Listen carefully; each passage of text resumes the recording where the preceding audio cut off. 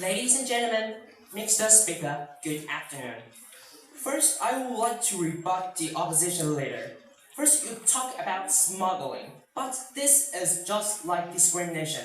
You can't ignore discrimination just because you can't completely eliminate it. It is the same thing. The school wants to discourage the students to eat the junk food in order they can eat the healthy food. Though there may be some students who want to smuggle and eat in private, but that is just a minority. By banning the junk food from the school lunch, less students will eat the junk food, and that is definitely. Also, the school doesn't deprive their rights, and it is a matter of influence, and it is just like tobacco and alcohol. Why tobacco is banned in public places? Because it has bad influence on others, and it is just like the junk food. So I want to say that schools advocating about healthy choice is not enough. Such things should be promoted through measures. We would be truly hard to find a student who isn't very well aware of all the reasons we call those kind of food junk food and what the consumption of those does to human body, just like tobacco and alcohol. We already have fantastic mechanism of nutritional education in place and many very publicized campaigns stressing the importance of a healthy diet. Yet, we don't have the results. Obviously, educating the public is not enough.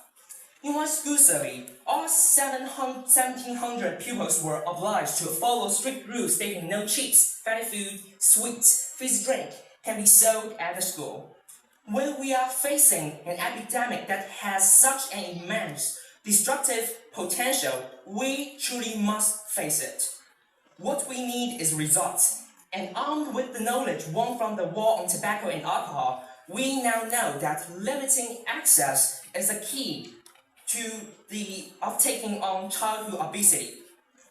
A number of countries have adapted various forms of legislative action to curb junk food consumption. An early high-profile attempt to identify and curb junk food in the American diet was launched by the U.S. Senate Select Committee on Nutrition and Human Needs. It criticized the use of salt, sugar, and fat in processed foods, noted problems with overeating, and stated that bad eating habits could be as deadly as smoking. The school should act as the role of parents. And this, I would like to use this point to rebut the opinion from the opposition leader. Parents want to protect their children from bad diet, but while students are away from the parents, the school must function as parents and do what is best for the students. While the parents, yes?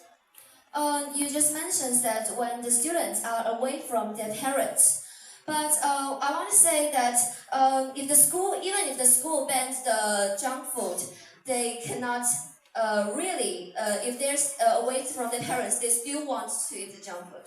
How do you explain that? So, my point is that the act of banning junk food is a kind of act to discourage eating junk food. And as my Prime Minister said, it is a habit thing, that it makes the student have the habit of not eating junk food. Also, the school cannot ban the student from eating junk food. It purely just banned it in the school so that they can have the influence on the students. So, I will continue that the parents cannot be there to oversee a student's meal. So a school should make sure those meals do not include junk food. And also, school should set a good example of nutritious eating for students. First, as my Prime Minister said, it can help to form a habit. Also, people are always talking about utilizing knowledge in reality. Providing a healthy diet which fits in well with nutritious curriculum in health clubs, it can help them understand the knowledge they've acquired vividly and profoundly. So in conclusion, to prevent obesity among students and youths, the school must take its role as the parents of the students and take measures to solve this issue by banning junk food inside school. That's why this House will ban schools from providing junk food for lunch for the sake of a healthier generation who are the future of our society. That's all. Thank you.